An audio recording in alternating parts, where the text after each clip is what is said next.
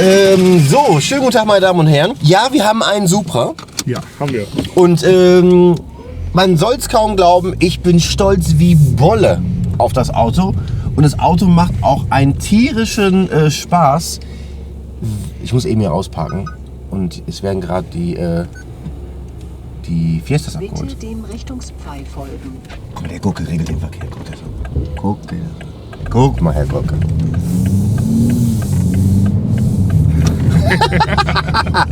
Sein Blick immer, ne? So ein Verkehrspolizist. So, was machen wir? Also Bestandsaufnahme vom Supra. Der Grund, warum das Video so ein bisschen später kam, ist erstmal einfahren. Ja. Und jetzt haben wir ein paar Kilometer drauf. Jetzt können wir auch gleich mal 100, 200 und 0, 100 und all solche Messungen machen.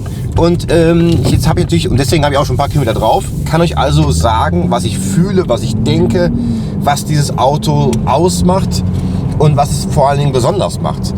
Und da muss ich noch eine Sache vorher sagen. Das ist mir heute Morgen wieder beim Duschen in den Kopf gekommen. Die Leute regen sich unheimlich auf, dass so viel BMW drin ist. Und jetzt habe ich eine Frage. Warum?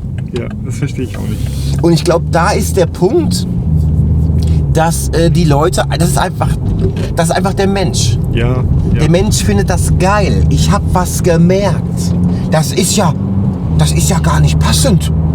Ich habe das gewusst. Ich will so ein Auto nie kaufen. Habe auch überhaupt gar kein Interesse an einem BMW oder einem Toyota. Ja. Aber ich reiße es Maul unheimlich auf. Ist wirklich so, ne? Das ist echt doof, ey. Leute melden sich und haben auf einmal unheimlich große Meinungen. Und das ist halt so eine Sache, die echt schade ist. Und ich meine, noch eine Sache habe ich mir dann Gedanken gemacht. Ich will dazu eigentlich gar nicht mehr groß zu sagen, weil wer sich davor verschließt von dem Auto, das ist ja selbst sehr dumm an sich. Warum ist das so? Weil du machst ja was sehr Geiles kaputt. Weil das Auto ist echt sehr, sehr geil. Aber was man merkt, das haben wir auch in dem Video gesagt, wo wir gefahren sind in Spanien, das Auto ist kein gedroschener M4 oder kein voll umgebauter MK4 Supra oder kein AMG was weiß ich was, sondern es ist jetzt noch ein Coupé. Das fühlt sich an wie so ein Gran Turismo, ne? So ein, ja. Ein M-Paket. Genau. Also so, das ist einfach, das ist auf gar kein, guck mal, jetzt haben wir die Kurve hier durch, das ist schon echt eine etwas kompliziertere Kurve vom Fahren her. Das fährt ja wirklich super sportlich, aber es ist kein Knallermann. Nicht so kompromisslos einfach. Genau, und ein Auto, was ein Knallermann macht, sind Faktoren wie Fahrwerk, Rad-Reifen-Kombination, Bremsanlage, Sperrdifferential, Getriebe und wie der Motor anspricht. Jetzt kann man hier noch auf Sport schalten. Hier haben wir so einen schicken Sportknopf. Und wenn man jetzt hier Gas gibt, ist natürlich die Annahme deutlich knackiger und vor allen Dingen einmal Römpelpömpel. Aber auch das Römpelpömpel ist human.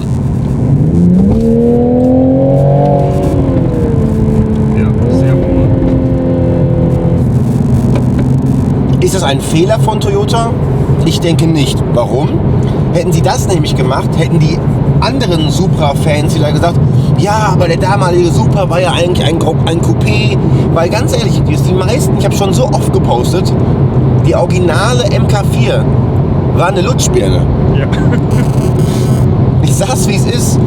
Da war auch nicht motormäßig der Registeraufladung als Biturbo 3 Liter, das war wirklich nichts. Da ist das hier, auch mit der Inflation der Zeit, wie Autos sind, trotzdem ein deutlich krasserer Knallbruder als der Vorgänger. Das stimmt. Weil halt dieser Faktor mitschwingt. FT1 haben wir gesehen, wir zeigen mal FT1. Das ist nicht FT1. True, aber was ja nicht ist, kann ja noch werden. Soundanlage mega geil, weil wir haben ja nämlich so 2 Subwoofer hinten drin. Sitzposition finde ich geil. Was ich nicht so geil finde, ist das Lenkrad, muss ich ganz ehrlich sagen. Weil der Airbag-Topf ist echt riesengroß, aber da sind wir schon was am Tüfteln dran. Dass man das vielleicht anders machen kann. Also auf lange Sicht, wenn man von vorne nach hinten durchgeht, sehe ich Tuning-Potenzial bei Frontlippe, Wasserkühler für Ladeluftkühler, Upgrade-Turbolader, Ansaugsystem, Downpipe, Abgasanlage, Fahrwerk, Felgen, Bremse, Differential. lange nicht mehr gehabt, das Thema. Differential, Innenraum, 1, 2 kleine Details, da habe ich auch schon 1, 2 Ideen, was man machen könnte. Denkst du, beim Differential wird es Hersteller geben, die quasi dann was anbieten, damit Ja. oder Denk ein ich. anderes Differential einbauen von einem anderen Auto? Nein. Nein. Nein. Ich denke, das wird in den Korb gebaut, also in das Gehäuse. Da werden die was anbieten. Gehe ich ganz stark von aus, da kommt was. Weil jetzt ist es auch geil, jetzt stürmt sich ja der deutsche Tuningmarkt und der japanische drauf. Ja, was ja klar. richtig geile Switter, Ja. weil die Stilrichtungen sind ja unterschiedlich, was ja richtig geile Kreuzungen erzeugen kann. Denkst du, Toyota hat das Auto extra nicht ganz so scharf gebaut, damit man es quasi selbst Nein. individualisieren kann? Extra glaube ich nicht. Ich glaube, sie haben einfach das Auto gebaut, wie es immer gedacht war. Alle Supras waren gedacht als diese Autos. Die waren keine Bomber. Natürlich hört man immer auf den Kunden ein bisschen, aber ich finde, sie haben auch den Kunden schon gut gehört. Und zwar bauen sie einen Supra wieder. Guck mal, wie viele tolle Coupés von früher. Warum baut Mazda kein RX-7? Warum hören die auf mit dem Evo? Okay. Weil der Trend, der Hersteller, Audi, kein TT mehr, kein R8 Ja, mehr. ja. Der Trend geht in die andere Richtung. Sie bauen das Auto. Das ist ja schon mal gut. Ja, mega. Mega geil. Genau. Und dann, nur weil alle den MK4 umgebaut haben, dann aus dem MK5 eine Bomberbude zu bauen, finde ich falsch. Aber ich meine, sie haben sich ja bewusst dafür entschieden, nicht auf die Kacke zu hauen. Nicht Ja. so krass auf die Kacke zu hauen. Das meine ich halt, ne? Das Auto haut nicht auf die Kacke. Nee. Hm? Stell dir das mal bildlich vor. Siehst du das Gesicht von dem Auto so?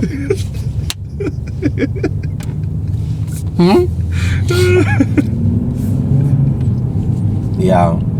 Topspeed bin ich auch noch nicht. Wir können gleich mal gucken, was so Topspeed geht. Weil wir müssen nämlich auf die Autobahn gleich. Und dann können wir mal gucken, was wir so schaffen an Topspeed. Dann kann ich euch ja mal ein Feedback geben, wie das Ganze so anfühlt. So. Wir tanken eben, dann machen wir ein paar Beschleunigungswerte und gucken mal, was so Topspeed geht. Genau, Tachoabweichung gleich mal gucken. Wie findest du den Wagen? Ich finde ihn sehr gut. Ich finde ihn mega gelungen.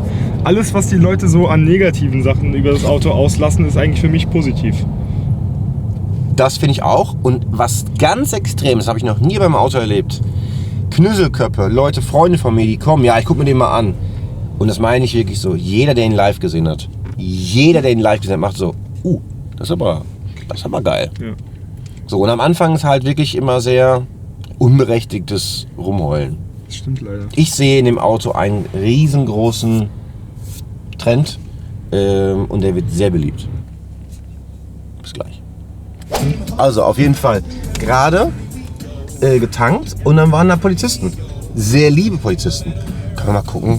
Ja, das sieht schon geil aus, ne?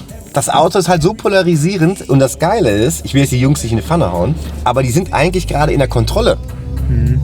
Weißt du, die sind ja jetzt gerade nicht, hier ist ein Verkehrsunfall passiert und die sind gerade mitten im Verkehrsunfall in der Aufnahme und sind gerade beide rübergegangen von dem Unfall weg, weil die gesehen haben, wir waren fertig mit tanken. Haben die gesagt, scheiße, bevor der abhaut, gehen wir mal schnell rüber. Und dann sagt er noch zum Schluss, können wir ganz unauffällig ein Bild machen? Dann gibt er mir sein Handy, ne? Und ich will das Bild machen und dann versteckt er sich hinter der Zapfsäule, damit die Leute, die den Unfall hatten, das nicht sehen. Ne? Also es gibt halt auch süße Situationen. So, voll getankt. Tank ist echt klein. Wir waren gerade leer und haben jetzt getankt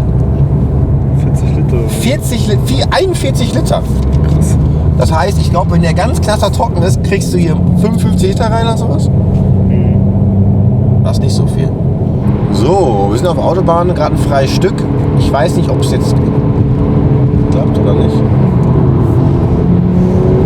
Also was extrem ist, dass das Drehmoment deutlich stärker wirkt als die PS. Also du merkst, er hat sehr viel Kraft. Single-Turbo-Motor, 3 Liter.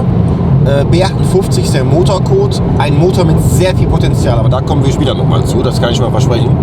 Ich gucke mal die Tachoabweichung. Wir fahren jetzt 100 GPS und wir fahren 102. Oh, das ist gut. 100, 103, ja.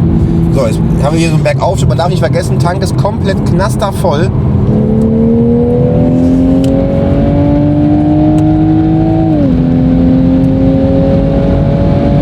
Volles Rohr bergauf jetzt.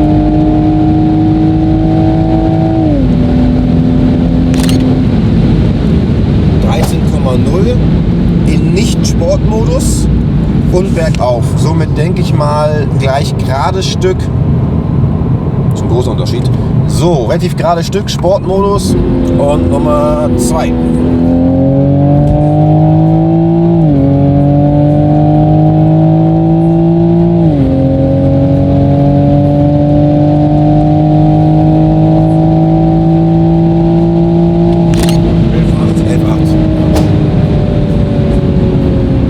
Also manuell schalten, ich habe gerade manuell geschaltet, ist auf jeden Fall besser als in der Automatik, weil er dreht gefühlt einen Tick höher. Er dreht allgemein, glaube ich, den Sportmodus höher. Jetzt muss man vergleichen, ein Mustang mit 420 PS handgeschaltet fährt 12,2. Ja. Dann ist mit 340 Turbo PS, weniger Hubraum und eine Automatik echt schon geil. Also 11,8 Sekunden fährt der Kollege jetzt hier 100, 200 zu zweit knastervoll. So, jetzt würde ich sagen, machen wir nur 100, ne? Ja. Schalt mal an. Ready? Schon ganz gut. 4,6. 4,6, ey. Ist gut für 340 PS, ist echt gut. Gut, das haben wir. Ich würde sagen, wir springen auf den Prüfstand, ne? Yes. Bis gleich, tschüss. Wie geil, wie geil, wie geil, wie geil. Wie geil. Jetzt haben wir auch mal so einen LKW vor uns. Ein LKW voller Super. Jetzt können wir unsere Farbe aussuchen. Das ist doch ein silberner. Okay, also schwarz. Weiß. Weiß auch ganz schick.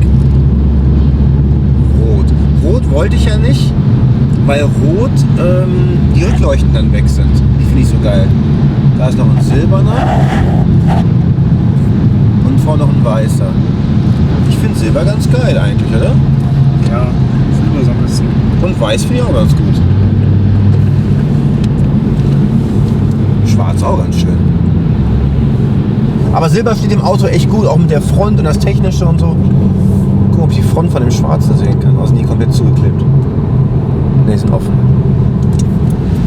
Das Schwarz sieht auch geil aus von vorne. Er denkt mich, wir haben gerade ein Auto für ihn geklaut.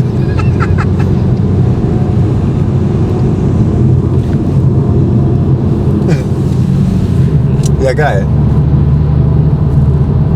Ab zum Prüfstand. So, Serienleistung ist 340 PS, 500 Newtonmeter. Motortechnisch sprechen wir hier von einem Reihensechszylinder, wofür BMW natürlich wieder hardcore-mäßig bekannt ist. Aber was sehr interessant ist, soweit ich weiß, ist die Ladenluftkühlergeschichte komplett integriert in die Ansaugbrücke und du kannst eine Tuning-Leistung eigentlich hauptsächlich generieren, indem du die Wasserkühlleistung erhöhst für den Kühler von dem Ladenluftkühler, der in der Ansaugbrücke drin ist. Das heißt, das bleibt eigentlich immer autark. Du änderst nur den Wasserkühler, der vorne das Wasser speist für den Ladenluftkühler in der Ansaugbrücke. Sonst sagt man diesem Motor nach, dass er ein riesengroßes Tuning-Potenzial hat. Trotz alledem müssen wir erstmal gucken, was Serienleistung ist. Was sagst du? Ziemliche Punktlandung. Ja? Ich denke auch. Weil wenn Motoren so viel Restpotenzial übrig hat, was sie von Toyota ja genauso wissen, ist es für die eine Leichtigkeit, die Leistung auf den Punkt zu treffen. Also Leichtigkeit. Wir sprechen hier von ganz easy über 100 PS mehr. Toyota.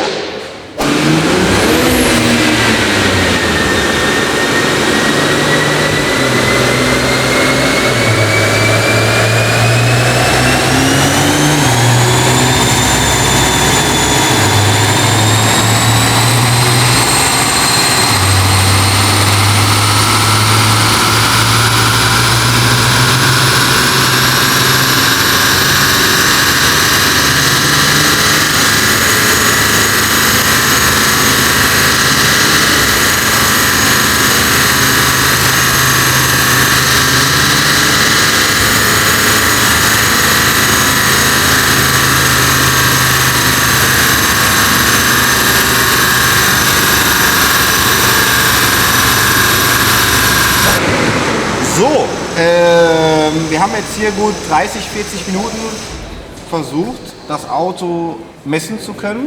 Aber das Auto schaltet selbstständig hoch. Und wenn ein Auto selbstständig hochschaltet, bedeutet, dass du kannst die Leistung nur messen ohne Schaltvorgang, weil du willst ja wirklich die Leistung messen von dem Motor von 2000 bis halt Ende Drehzahlband das geht jetzt so nicht, wir können ihn nicht messen. Haben einen Tester angeschlossen, haben ausgelesen, haben alle möglichen Sachen probiert, den Rollenprüfungsmodus im Tester aktiviert, aber auch dieser Modus ist nicht funktionsfähig so. Ich kann mir nicht erklären, warum. Du? Versuch mal über ein anderes BMW-Modell nochmal, wie es sauber geht. Ja, also wie gesagt, so können wir nicht messen. Ich hätte ihn gerne gemessen, aber ich denke auch mit der Leistung, also mit den Zahlen, die wir gerade gefahren sind, 100, 200 und 0, 100, das wird schon stimmen. Also lass ihn 330 bis 350 PS haben in dem Fenster und 500 Newtonmeter sehe ich definitiv. Aber wie ihr wisst, ich mag sowas nicht so gerne, weil ich würde lieber eine Maschine das testen lassen, weil man ja halt wirklich oft daneben liegen kann. Ne, du denkst, das ist das, aber dann ist es das doch nicht. Ja, tut mir leid. Vielleicht melden sich die Jungs und Mädels von Toyota mal und können Bescheid sagen, was es ist. Peace.